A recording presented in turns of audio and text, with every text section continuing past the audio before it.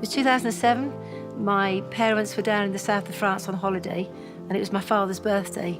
And as we sat down by the pool, my mum, who was a small, petite lady, sat by the swimming pool and she crossed her legs. And as she crossed her legs, just sort of behind her knee, I noticed a mark. She went to the doctors and they discovered that she had aggressive melanoma.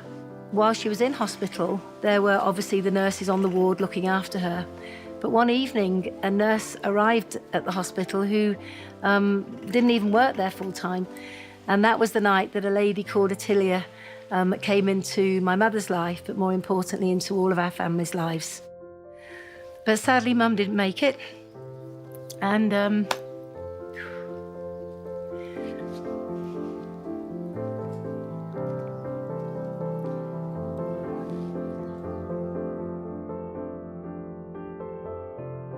during my mum's time in hospital, Attilia actually didn't just do one session of looking after her.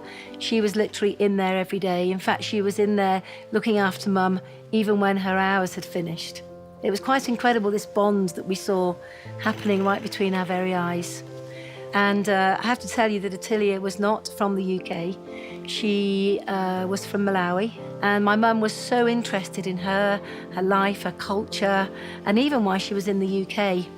And Attilia shared her story that she was in the UK to follow her nursing career, but like so many African mothers, to send money back home for the family.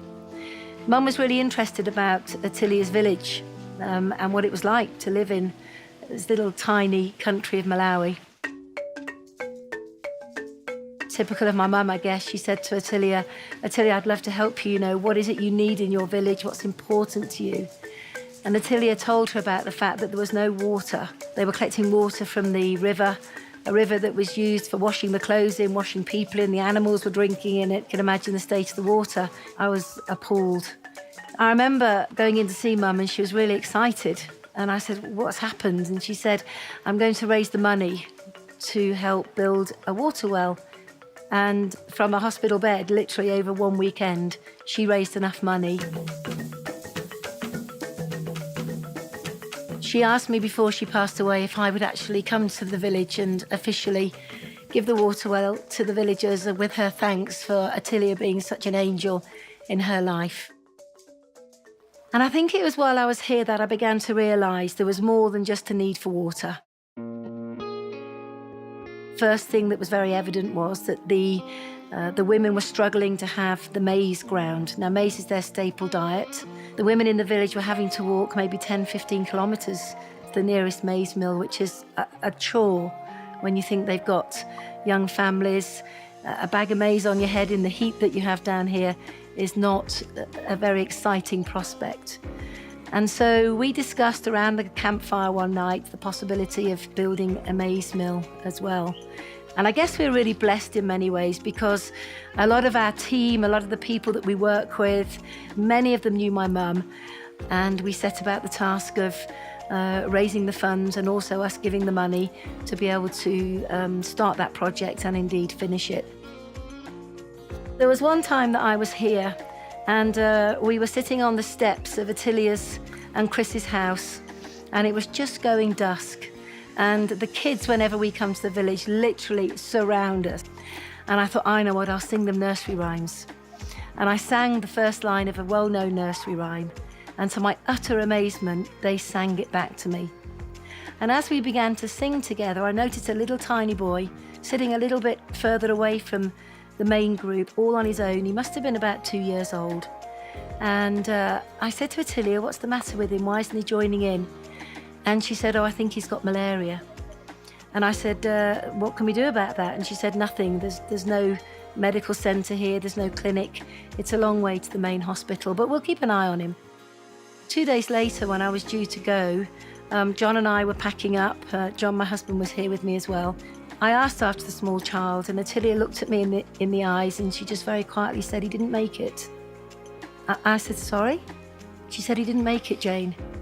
And on the plane on the way home, I remember saying to John, we need to do something. We can't just stop with water and maize. We've got to do something else. And he said, what are you proposing? What do you think? And I said, I think we need to build a medical clinic.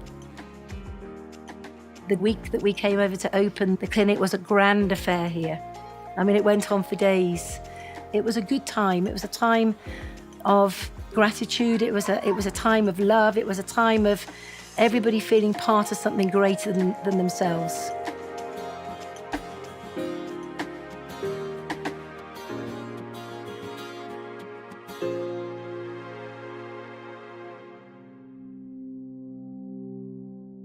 Attilia really loved my mum and cared for her in many, many ways, such as bringing her a glass of water when she needed it. And looking after my mum when she was sick was just priceless for us.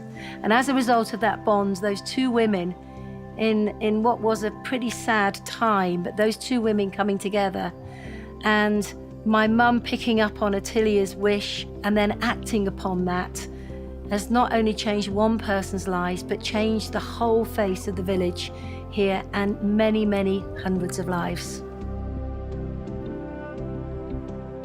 Compassion has always been really important to John and myself, and forever has allowed us to do that.